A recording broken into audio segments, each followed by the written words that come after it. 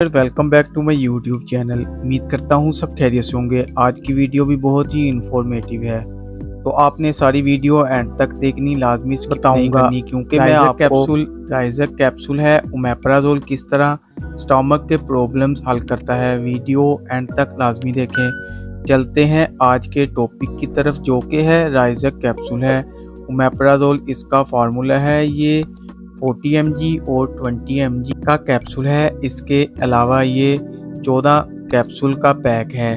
Gets company इसको manufacture कर रही है। बात करते हैं अब कि ये स्टोमक के किस तरह काम करता है।